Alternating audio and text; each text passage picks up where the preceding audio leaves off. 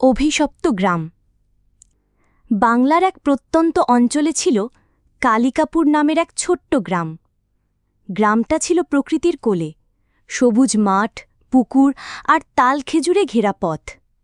কিন্তু আজ থেকে প্রায় ৫০ বছর আগে গ্রামের ওপর নেমে আসে এক রহস্যময় অমঙ্গল।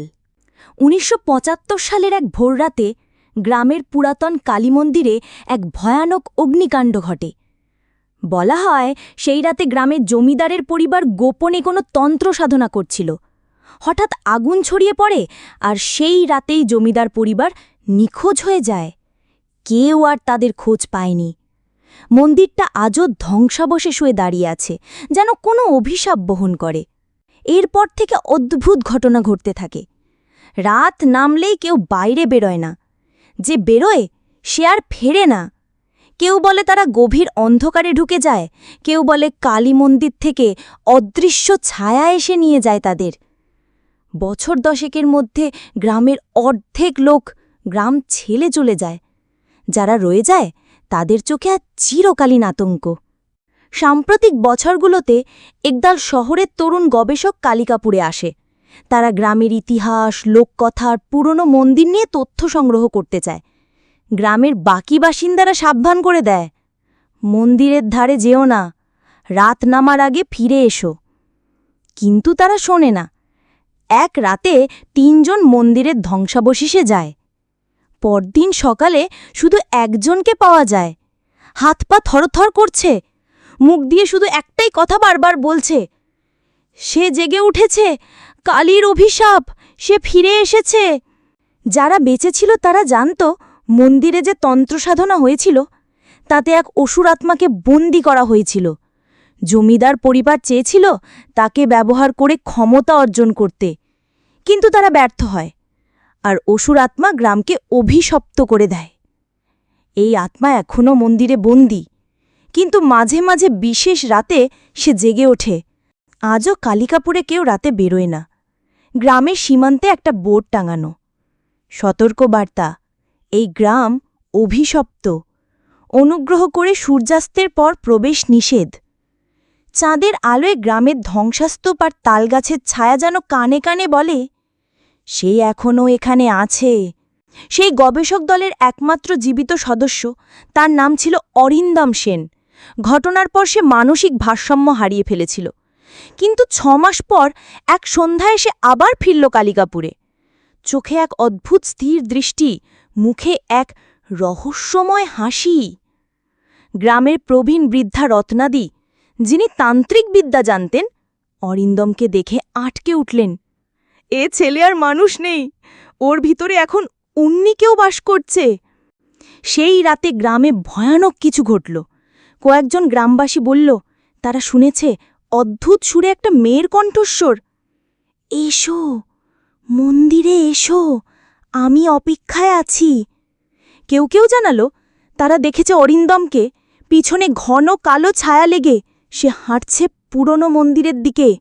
রত্নাদি আর কয়েকজন সাহসী যুবক সিদ্ধান্ত নেয় তারা অরিন্দমকে উদ্ধার করতে যাবে। রত্নাদি একটি পুরনো তান্ত্রিক কবচ নিয়ে যান।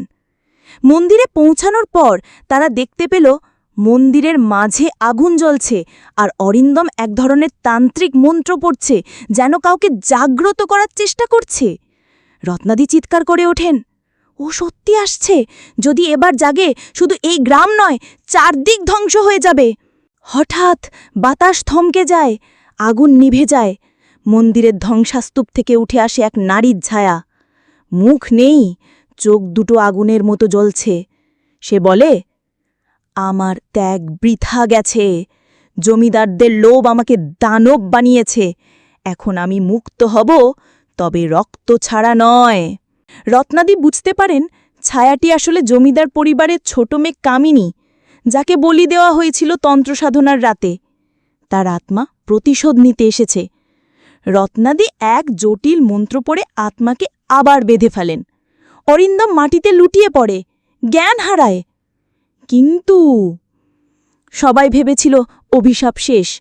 কিন্তু যাবার সময় রত্নাদি পেছনে তাকিয়ে দেখেন একটি শিশুকণ্ঠ বলছে, দিদা, আমি আবার আসব।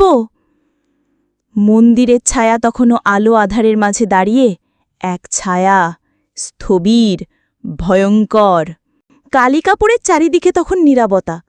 অরিন্দম সুস্থ হয়ে ফিরে এলেও তার স্মৃতিতে মন্দিরের কিছুই নেই। রত্নাদি জানতেন সবটা শেষ হয়নি, এটা কেবল আত্মার খেলা শুরু হলো ছায়ার খেলা। পরের কয়েক রাত গ্রাম ছিল অস্বাভাবিক শান্ত, কিন্তু এক পূর্ণিমার রাতে গ্রামের মাঝখানে থাকা পুরনো বটগাছের নিচে কয়েকজন শিশু খেলা করতে গিয়ে হঠাৎ উধাও হয়ে যায়। এক শিশু পরে পাওয়া যায় পুকুরের ধারে, ঠোঁটে হালকা হাসি, কিন্তু চোখ দুটো ছিল রক্তবর্ণের। সে শুধু বলছিল, আমার বন্ধুরা নিচে ডাকছে, চলো না। রত্নাদি বুঝলেন কামিনীর আত্মা শিশুদের ভর করতে শুরু করেছে। এবার তার খেলা শুধু প্রতিশোধ নয়, সে নিজের মতো করে নতুন পৃথিবী গড়তে চায়, ছায়ার পৃথিবী, যেখানে শিশুদের আত্মা থাকবে তার দাস হয়ে। তিনি ঠিক করলেন এই খেলা থামাতেই হবে। গ্রামের দক্ষিণ দিকে ছিল একটি পুরনো গুহা, যেটা বহু বছর আগে মাটি চাপা দেওয়া হয়েছিল। লোককথা বলে সেই গুহায় নাকি কামিনীর আত্মা প্রথম বন্দী করা হয়েছিল, আর সেখান থেকেই সে প্রতি পূর্ণিমায় শক্তি সংগ্রহ করত। রত্নাদি একা বেরিয়ে পড়লেন গুহার খোঁজে। তার হাতে ছিল তন্ত্রের আয়না, যেটা দিয়ে আত্মার প্রকৃত রূপ দেখা যায়। গুহায় পৌঁছে তিনি দেখলেন দরজায় রক্তের দাগ, যেন কেউ কিছুক্ষণ আগেই ভিতরে প্রবেশ করেছে। আয়নায় প্রতিচ্ছবি। রত্নাদি আয়নাটি তুলে ধরতেই গুহার ভেতর থেকে ভেসে আসে ভয়ঙ্কর হাসি। আয়নায় ভেসে ওঠে শত শত শিশুর মুখ, সবাই হাসছে, আর মাঝখানে দাঁড়িয়ে কামিনী। এবার তার চোখ জ্বলছে নীল অগ্নিতে।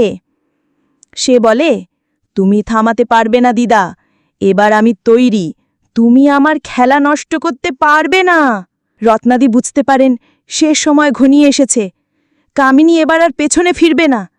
তাকে থামাতে হলে যে আত্মিক বলি একসময় তাকে শক্তি দিয়েছিল, সেই বলির ছন্দ উল্টে দিতে হবে। তিনি গুহার বাইরে এসে ছড়িয়ে দিলেন বার্তা, পূর্ব পূর্ণিমায় সবাই কালী মন্দিরে আসবে, সাথে আনবে যার যার প্রথম জন্মের প্রতীক, কোনো পুরনো স্মৃতি, পুরনো খেলনা, কিছু যা শিশুকালকে ধরে রেখেছে। পৃথিবী তখনও জানে না একটি ছোট্ট অভিশপ্ত গ্রামে আত্মার খেলা শুরু হয়েছে, যেখানে পরাজয় মানে শুধু মৃত্যু নয়, চিরকালের জন্য অন্ধকারে হারিয়ে যাওয়া। পূর্ব পূর্ণিমার রাত, চাঁদের আলোয় কালিকাপুর যেন এক রহস্যময় মঞ্চে পরিণত হয়েছে। কালী মন্দিরের ধ্বংসস্তূপে জড়ো হয়েছে গ্রামের শেষ কজন বাসিন্দা। সবার হাতে ছোটবেলার কিছু স্মৃতিচিহ্ন। কেউ এনেছে কাঠের ঘোড়া, কেউ মায়ের হাতের বোনা পোশাক, কেউ ভাইয়ের দেওয়া পুতুল। রত্নাদি মন্দিরের কেন্দ্রে দাঁড়িয়ে সামনে একটি তান্ত্রিক মণ্ডপ গড়েছেন। তার মাঝখানে রাখা আছে জন্ম কাঠ, একটি বিড়াল গাছ যা কেবল শিশুর আত্মার সঙ্গে যোগাযোগ স্থাপন করতে পারে। কামিনীর ছায়া ফিরে আসে। রাত ঠিক 12টায় হঠাৎ বাতাস থেমে যায়। কালী মন্দিরের ভিতর অন্ধকার ঘনীভূত হয়ে রূপ নেয় এক ছায়ায়। এটা কামিনী। এবার সে আর শুধু ছায়া নয়, তার শরীর দৃশ্যমান, চোখে আগুন, মাথার চুল ভেসে বেড়াচ্ছে, আর পেছনে ঘুরছে শিশুর ছায়ারা। সে বলে, আজ শেষ রাত দিদা, তুমি থামাতে পারবে না, এই শিশুরাই আমার শক্তি। রত্নাদি তন্ত্রমন্ত্র পড়তে শুরু করেন। শিশুরা এক এক করে মণ্ডপে তাদের স্মৃতির বস্তু রাখে।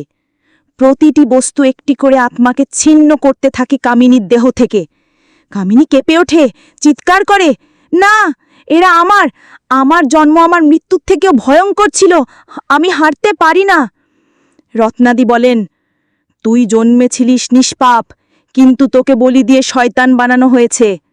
আজ এই জন্মের স্মৃতিগুলোই তোকে মুক্তি দেবে। একসময় কামিনী প্রচণ্ড আর্তনাদে ফেটে পড়ে। ছায়াগুলো চিৎকার করতে করতে হাওয়ায় মিলিয়ে যায়। মন্দিরে আলো ফুটে ওঠে, আকাশে ঝলসে ওঠে এক অদ্ভুত নীল রঙের আলো। কামিনীর ছায়া ধীরে ধীরে শিশুর রূপ নেয়, এক কাঁদতে থাকা মেয়ে শিশু, যার মুখে এখন ভয় নয়, শুধু শান্তি। সে বলে, আমাকে মুক্ত করো, এবার আমি ঘুমোতে চাই। রত্নাদি জন্মকাঠ তুলে শিশুটির কপালে ছোঁয়াতেই সে ধীরে ধীরে আলো হয়ে মিলিয়ে যায় আকাশে। কালিকাপুর ধীরে ধীরে স্বাভাবিক হতে শুরু করে। পুকুরে মাছ ফিরে আসে, শিশুরা আবার খেলাধুলা করে। তবে মন্দির আজও পুড়ে আছে, ধ্বংসস্তূপ হয়ে। তার সামনে রত্নাদি একটি পাথরে লিখে রাখেন, এক অভিশপ্ত আত্মা শেষবারের মতো ঘুমিয়েছে, তাকে জাগিও না। কালিকাপুরে যেন ফিরে এসেছে আলো। পুকুরের জল আবার ঝকমক করে, শিশুরা মাঠে দৌড়ায়, আর গ্রামের মানুষজন হাসে খেলে। রত্নাদি মন্দিরের ধারে বসে প্রতিদিন ধূপ জ্বালান, কামিনীর আত্মার শান্তির জন্য। এই শান্তির মধ্যে হঠাৎ একদিন গ্রামে আসে এক অচেনা যুবক। নাম সৌম্য মুখার্জি। সে কলকাতা থেকে এসেছে। তার নাকি পূর্বপুরুষদের শিকড় এই কালিকাপুরে। সে বলে, আমার ঠাকুরদাই গ্রাম ছেড়ে গিয়েছিলেন সেই অভিশপ্ত রাতের পর। আমি ফিরে এসেছি আমাদের পুরনো জমিদার বাড়ি দেখতে। রত্নাদির গায়ে কাঁটা দেয়। তোমার ঠাকুরদা কি জমিদার রঘুনাথ রায়? সৌম্য মাথা নাড়ে। হ্যাঁ, আমি তার পৌত্র। সৌম্য রাতে জমিদার বাড়িতে থাকতে চায়। গ্রামের সবাই সাবধান করে, ও বাড়িতে আর কেউ থাকে না, সেখানেই তন্ত্র সাধনা হয়েছিল। কিন্তু সে হেসে বলে, ভয় পাবেন না, এখন সব বদলে গেছে, অভিশাপ শেষ হয়েছে, তাই না?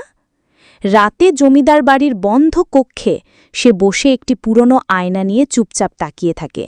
তার চোখ ধীরে ধীরে রক্তবর্ণ হয়ে ওঠে। রত্নাদি ঘুমের মধ্যে এক বিভীষিকাময় স্বপ্ন দেখেন। এক নতুন আত্মা ফিরে এসেছে। কামিনী নয়, তার অন্তর্জাত শক্তি যেন কারু শরীরে আশ্রয় নিয়েছে। তিনি বুঝতে পারেন কামিনী শুধু মুক্ত হয়নি, তার আত্মার একটি অংশ বেঁচেছিল, এবং সেটিই আশ্রয় নিয়েছে সৌম্যর শরীরে, তার অজান্তে। সেই রাতেই গ্রামের বটগাছ আবার কাঁপতে থাকে। একটি মেয়ে শিশু বলল, সে ফিরে এসেছে, কিন্তু এখন ছায়া নয়, এবার সে রক্তমাংসে। রত্নাদি ছুতে গেলেন জমিদার বাড়িতে। দরজা বন্ধ। ভিতর থেকে আওয়াজ ভেসে আসে, এবার আমি জন্ম থেকেই পূর্ণ, আমার খেলা আবার শুরু হবে। কালিকাপুরে সূর্য ওঠে, কিন্তু হাওয়ায় ছড়িয়ে থাকে অজানা কিছুর গন্ধ। মন্দিরের সামনে নতুন পাথর বসানো হয়েছে। কোনো অভিশাপ চিরতরে মরে না, সে শুধু রূপ বদলায়।